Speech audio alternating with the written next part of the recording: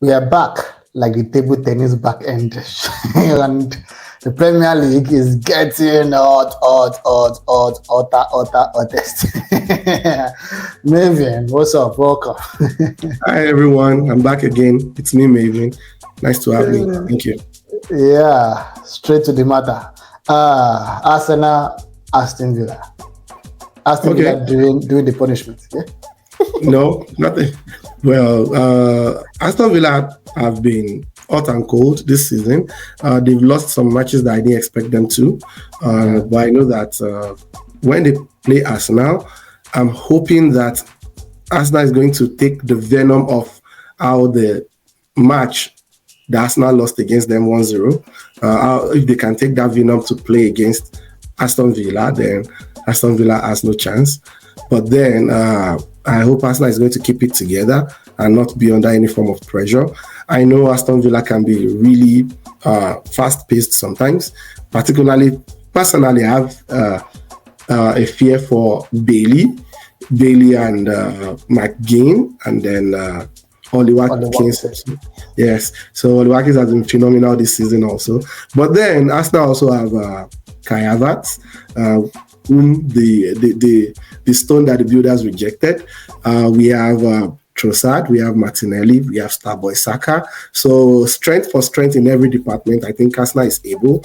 We have the home advantage. The fans are solidly behind the team. So, and then we have one of the best coaches in the EPL right now. So I think all those factors should work together and we should be able to get a win. Emery, he knows how to beat Arsenal, yes? I really know, yeah, because the memory of how he lost 4-3 to Arsenal is still fresh in his memory. No, 4-2, I mean. He didn't expect to lose that game. Emery is a good coach, but then he gets emotional sometimes with his substitutions. Sometimes like the game he played recently, I can't remember who they played, but I remember that he got confused at a point with his substitutions. So I'm counting on that also, that he's going to be confused and mess things up on that day. So straight win for Arsenal, yeah? Straight win. Draw or Aston Villa win for me. I know. I want Bournemouth to do the same to Manchester United. I'm all for Semenyo, my Ghanaian people. Charlie, I want him to damage Manchester United. What do you think? What's going to happen in the game? Well, Bournemouth, I'm counting on their attack. They have very good people up front. I'm hoping if they can get some 2 goals in, let's say in the first half, it will really damage Manchester United's morale, because I think there is also a lack of belief in the Manchester United team. Forget about the fact that they were able to do some things in some games where they were able to get some goals. But look at the game against Chelsea. Look at the game against Brentford. They once they see a little bit of pressure, there's a kind of fracture that I notice in the team. Everyone is blaming the other person. Why didn't you go for this ball? I see the body language sometimes, and I think it affects their games. When Chelsea scored the 3rd goal, it was actually an attitude thing that made them did not go for the 4th goal, where Cole Palmer had enough space to be able to take that shot. So if Bournemouth can get them to that point where there is that fracture again, I believe that Bournemouth can get a win. For me, Bournemouth straight win. No chance for Manchester United. Yeah. Liverpool, Crystal Palace. Straight win. Straight win. Yeah, of course, it's your team. It has to be a straight win because it's your team. At Anfield, what do you think? Do you think we're going to come to Anfield and get a draw? There's nothing special about Anfield. Really? I don't know. In recent times, though, I know Anfield have always had that. There's an atmosphere there, and the fans are very, very vocal about the team. I remember telling someone that Liverpool is the only team I've seen that lost by a big margin. I think it was against Chelsea, maybe 2006 or so, and the fans were still holding the banner like no matter what you do, we will never walk alone. You get so that kind of belief is what I wish Arsenal fans have all the time. So the atmosphere of the stadium is very great, to be honest. But then I'm hoping that Crystal Palace can just pull a shocker. Towards the end of the season, it happens. And it happens to Liverpool. It has happened to you before against Crystal Palace. You remember that game? I think it should be 2017 or so. Yeah, you guys eventually. It was one of my best days watching. Yeah, so I'll be hoping for a Crystal Palace draw or win. But McAllister is not being talked about. I don't know. The PR for this guy is not being done well enough. That guy is phenomenal. Yeah, McAllister is great. I like him. I like Endo also. Everyone in Liverpool's midfield. Is there anyone I'm removing for now? So it was like Curtis Jones to have been. All of them are hard workers. They work hard. Yeah. They work hard. I don't know if there's anyone I can even remove from that equation. So McAllister is definitely a hard worker, and I like him. I love his shots, particularly. I love to see him take shots. I love seeing fiery shots, actually, all the time. So Liverpool does that. Arsenal doesn't do much of that. So when I want to see lots of long-range shots, I like to watch Liverpool. And McAllister does that also. He likes to control the ball. Combination of him and Szoboszlai is very good.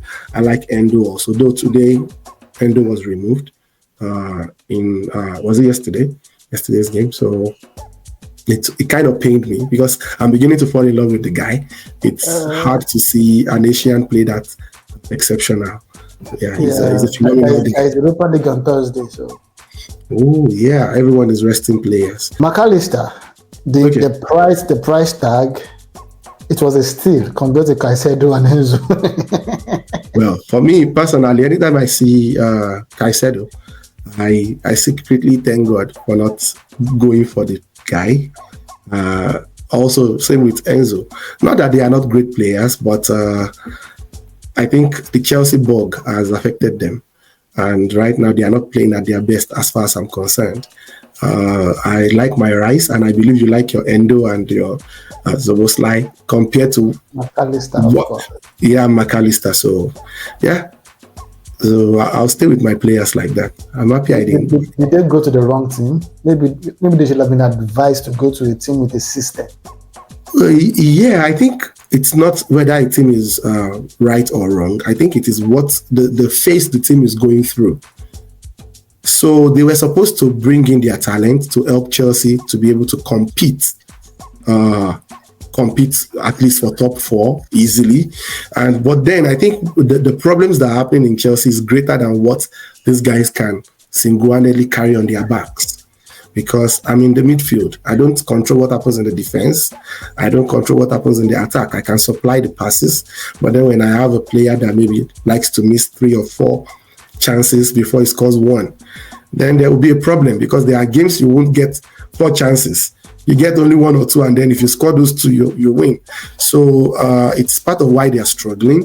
And then there is no defined pattern to Chelsea's style of play right now. I don't know, maybe others can define it. For me, it doesn't look defined. It's just like, oh, we have players, let's get it forward. Let's see if we can move the ball around and try to score.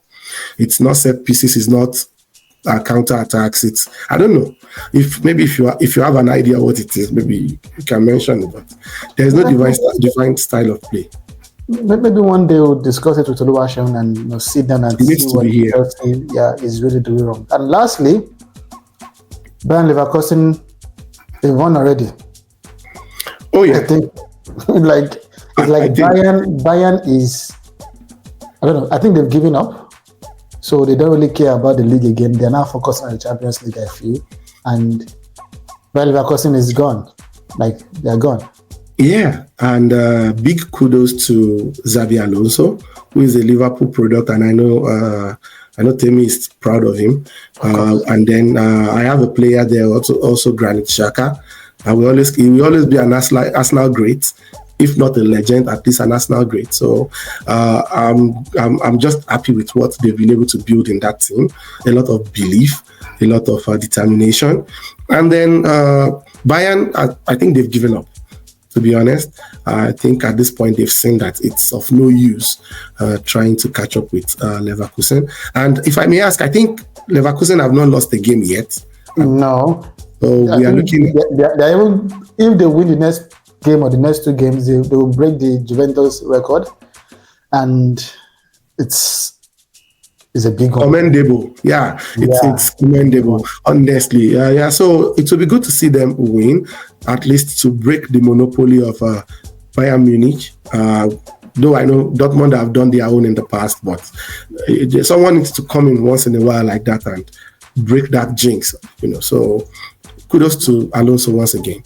Yeah, I think if they win the next 2 games, that's all. It's all done and dusted. All done and dusted. I wish Arsenal can do the same in the next 2 games. Not possible. Guys, let's comment down in the comment section. Subscribe, please click the subscribe button, and let's have your views about the games coming up this weekend and how the Premier League title race is going.